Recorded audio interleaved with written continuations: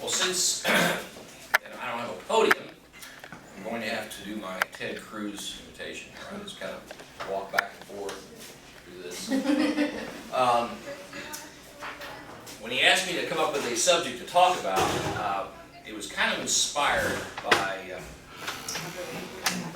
a conversation I overheard. Maybe it was around here somewhere. Maybe it was in the cafeteria. I don't recall. But one of the girls said to another one, "Oh, it's just a headache. Everybody has headaches." Well, what you're supposed to take away from this little seminar is that is not true. That is a common misconception. Headaches are not normal. And what happens is people who have them think they are, because they've had them usually most of their life. And usually other members of their family have them, including going back 2, 3, 4 generations. They'll remember their grandmother used to have what they called sick headaches, where she would go in the bedroom, slam the door quietly, and lay in there in the dark and try to sleep until she came out. And of course, Grandpa always was upset with her for this, because she'd always get them at the worst possible times. This is a familiar story, and I get the story all the time. So I thought I would come in and talk to you about headaches, because headaches are not normal. How many people in this room have headaches 1 to 2 times a month? Okay. We are dealing with a skewed population, all right? Because only 1/7 of the population ever has headaches. I never have headaches. Is there anybody here who doesn't have headaches? Rarely. Well, you know. Okay. The majority of people actually never have headaches. But the people who have them have had them as long as they can remember, so they assume that it's normal. It isn't. And I could spend 2 days talking about this subject. I'm not going to, because he tells me I only have about 30 minutes, and actually less than that right now. But I did make some notes just to remind myself what we're going through here. 99% of all the headaches people have are migraines. Now, there are different types of migraines, but people always talk about sinus headaches and allergy headaches and tension headaches and all these things. They're all migraines. Right? Migraines are headaches, and occasionally, very rarely, people will have brain tumors or blood clots or something called pseudotumor cerebri. There are some other bizarre things, but they are very, very rare. Almost all the time, headaches are migraines, and they're easily treated with, Excedrin migraine or analgesic, something like that. So there's a huge industry built up around headaches, and they actually do work. The over-the-counter drugs work most of the time. There's about a 3-to-1 predomination with females. Women outnumber men a lot on this. And they are generally hereditary. You find a woman with headaches, and her mother will have had them, or her sisters, and their children. So it runs in families. They are hereditary. They do have triggering mechanisms, though. With women, frequently occurs according to their menstrual cycles. But there are some other things that can do it. And I actually made a list just to make sure I didn't forget anything. Dental problems, believe it or not, can cause it. Temporomandibular joint issues, allergies, foods, MSG. I don't know if anybody here has a problem with MSG, monosodium glutamate. Stress, which is a big one. Wines, certain types of cheeses. Minor trauma is a big one. If you've ever hit your head for any reason, playing football or been in a car accident, something of that sort, you can have migraines develop because of that, and it does happen. In fact, it was first described in England, where it became known as footballer's migraine. Now in England they call soccer football, and that's what does it. If you notice, if you watch an average soccer game, they will hit the ball with their heads, all right? This is not good. This will cause those guys to have headaches for the rest of their lives. It's a very, very minor trauma to the brain, but every time you smack a football or a soccer ball with your head, even if it's, of course, sometimes these guys are hitting the balls or kicking the ball as hard as they can, bouncing it off their heads, it's bad. And these guys will have headaches for the rest of their lives. Very common thing. It's not actually a good thing to do, and of course, in recent years in this country, we've become more aware of it with football, with American football, that our helmets do not actually protect the brain well enough to keep kids from having migraine headaches for the rest of their life. Not all of them do, but some do. Migraines are actually a variant of seizures, and that's why minor trauma affects them. In the whole spectrum of epilepsy, from grand mal seizures over here to migraines over here, they're caused by brain activity that's firing when it shouldn't be. And consequently, because of that, some of the drugs that we use are actually anti-epileptic drugs. They're not full-blown seizures, but nevertheless, they're seizures.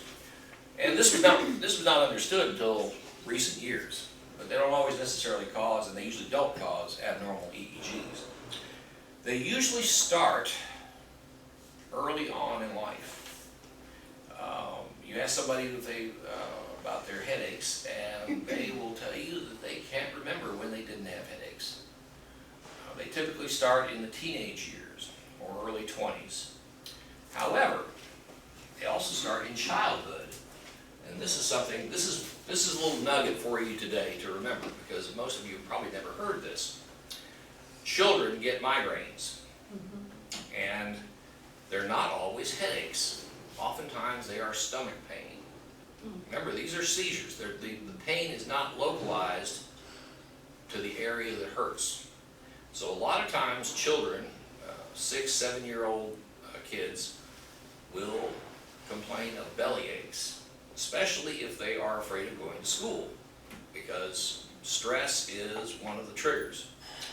And school, it used to be called school phobias. These kids would get stomach pains. And parents generally weren't very sympathetic. You know, you're getting on that bus, I don't know what you're doing. I did that to my kids. But anyway, these are abdominal migraines, and children get them, and they are actually treatable, and they're real. The kids are not making this up. Later on, as they get older, then it becomes, the pain actually migrates to their heads, so they get headaches instead. But oftentimes for small children, they're manifested as stomach pains. And that is something that is not widely known, and something worth knowing, especially because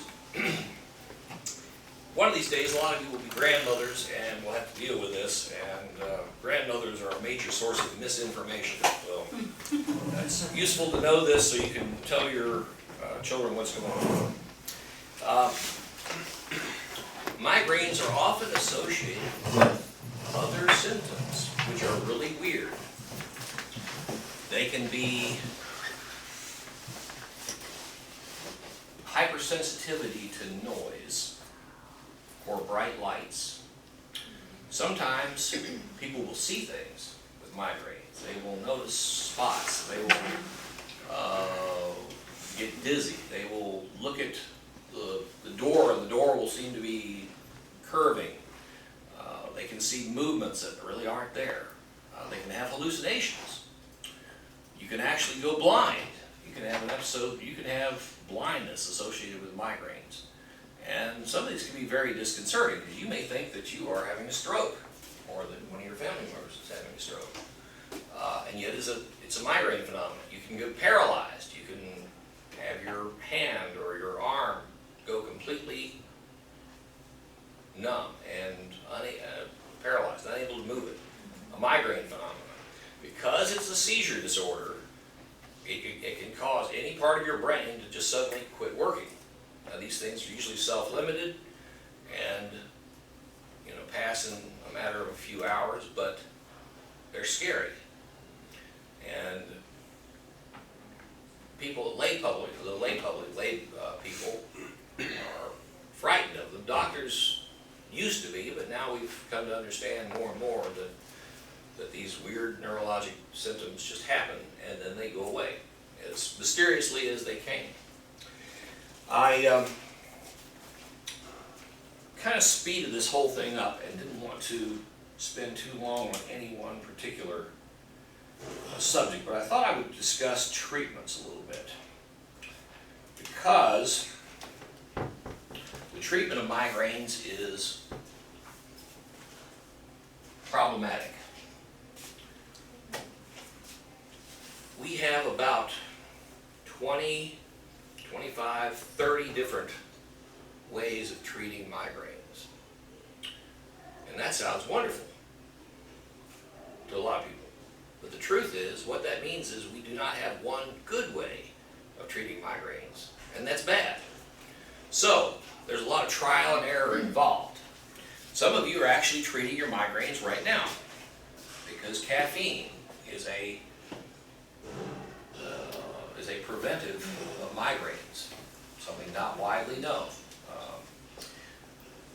And it's probably the first thing that anyone with headaches should try, that is drink coffee, and preferably coffee over tea, but you get enough caffeine in these energy drinks. Caffeine prevents headaches, and is one of the things that we use to, first thing I tell people, start drinking more coffee. They drink 1 cup of coffee in the morning. Well, that's not enough. You need to drink 3 or 4, as long as you're not wired. However, caffeine has a backfire effect. That is, you can actually have rebound headaches from, say, if you're drinking 3 or 4 or 5 cups a day to prevent your headaches, which people often do, someday you actually might skip a day. That's bad. Your headaches will come back with a vengeance. So they'll be twice as bad as they were before. So there's such a thing as caffeine rebound headaches. So there are pros and cons with using that. We don't know exactly how caffeine works, but it's a vasoconstrictor, and that's probably how it does, because it causes the blood vessels to contract. We have a number of drugs which we've been using for ages. We used antihistamines, we used opioids, we used analgesics, we used antidepressants, we used anti-epileptic drugs like Dilantin and Tegretol and valproic acid, all those kind of things. And some work for some people and some work for others. Well, about 20 years ago, the drug Imitrex, sumatriptan, was invented, which is without getting into too much detail, it's very similar to serotonin in your brain, a precursor, 5-hydroxytryptophan. But it was the closest thing we ever came to a silver bullet for migraines. We had people with refractory migraines that never would respond to anything. And when Imitrex came out, and then there have been other drugs in that class that have come out since, it was miraculous. And of course, the most noteworthy one episode was when Terrell Davis developed a migraine the second quarter of the Super Bowl, and they took him to the locker room and injected him full of sumatriptan, and he came out and ran for 150 yards in the second half. But before that, he was blind; he couldn't see anything, which is kind of hard to play football when your eyesight goes. So that's how amazing this stuff can be. For cluster headaches, which are a variant of migraines, sumatriptan actually works 96% of the time. And this is huge because cluster headaches are the worst kind of migraines. People tend to commit suicide when they get these. They're that bad. Probably a fair percentage, 20 or 30% of people who jump off the Golden Gate Bridge are people who are in the throes of a cluster headache. So it's that bad. The only relief is killing yourself. So that's why this was remarkable when this came along. People also use guns and other things, but I'll go into that. Oxygen, interestingly, is a treatment for some migraines and especially cluster headaches. 100% oxygen. Why this works, we do not know. But 100% oxygen is something you can only get in a hospital, in an emergency room, or from an ambulance driver, paramedic, whatever. Unless you have it set up in your house, or you can actually take a non-rebreathing mask and shove it on, and in 5 minutes your headache is gone. And this is kind of remarkable. So for the people who have cluster headaches and want to use oxygen, believe me, it is worth the cost to do that, and they do. I promised Heather I would need a model, so come up here for a second. Don't cut my hair too long. There is a particularly vicious type of migraine called Be nice, because I have one right now. well, you do, called occipital neuralgia, which some of you may have seen me treat in the office. I know you have. But it is a headache that So you should be the one. follows the nerve roots all the way from here in the back, up, over on the head, and all the way to the temples and onto the forehead, like so. And it doesn't have to be on both sides, it can be on one side or the other. Okay. And the first time I do this to people, they're always skeptical. But this was actually a treatment pioneered by a guy named Joel Saper at the Migraine Headache and Neurology Institute in Michigan. He was a brilliant guy. He is a brilliant guy. I think he's probably retired now. But he taught me this personally. And you actually go in with anesthetic and you inject these areas where it hurts, which is, usually follows this distribution right here, with a combination of lidocaine and Marcaine, which is a short-acting and a long-acting anesthetic, and you basically numb the nerves. Okay, nerves are just electrical wires, and when you put anesthetic in them, you basically cut the circuit. So there's no feedback to the brainstem, which is right down there. Can I poke on you some more? That feels good. All right, that's good. And it hurts. When I do this, it's a little bit painful. It's kind of like being attacked by a bunch of wasps, because the anesthetic itself burns a little bit when it goes in. But people will come into the office or the emergency room, I've done it there too, feeling like their head is about to explode, and they've been vomiting for 3 days, and they're ready to kill themselves, and they're in excruciating pain and miserable, and I give them these shots, and in 5 minutes the headache is gone, completely gone, and it is almost miraculous. After that, they don't do that anymore. They come in and say, please give me the shots. I'm here, shoot me up, I don't care. We do this occasionally, and we do it in the office. They're always skeptical the first time, but after one time, they're believers, and it works. This was pioneered by Dr. Draper. Now, he actually, the Migraine Headache and Neurology Institute in Michigan, which is where most of the research on all this has been done, no longer exists. It was in Ann Arbor and has been taken over by the University of Michigan. But he did have some proteges there who, interestingly, opened up a series of these centers across the country called the Migraine Treatment Centers of America. They started out in Detroit, obviously, but they have 6 locations, including, interestingly, one in Dallas and one in Houston. And I didn't know about this. And these are all younger guys who he trained. And so, if anybody here, if we have something that a patient with migraines that I can't fix, I know where to send them. In my entire years of practice, I've only had one person whose headaches I couldn't fix, and I still have no idea what was wrong with her, but I actually sent her to the Mayo Clinic, and I think they figured it out, but by and large, most of the time we can solve the problems. And that is the other thing that you should take away from this, is that migraines are treatable. You do not have to suffer with them. You do not have to do what your grandmother did, which was go in the room and shut the door and climb under the blankets and turn out the lights. Migraines are fixable. They are real, they are not normal, they are pathologic, and they are fixable. But you do have to pay attention to them. And that is something that happens when someone comes in to see me. I ask them a whole bunch of questions. I ask them, well, when do they happen? What time of day? What seems to trigger them? How long do they last? What do you notice along with them? How long between the time you feel them coming on and they get really bad? Do they wake you up from sleep? All kinds of questions. And typically, patients will not know the answers to these questions. For some reason, they never pay attention to this. So, the next time they come in to see me, they know the answers to these questions because it's the first time in their life they actually thought about them. And how we treat them is dependent upon many of the things that go along with it.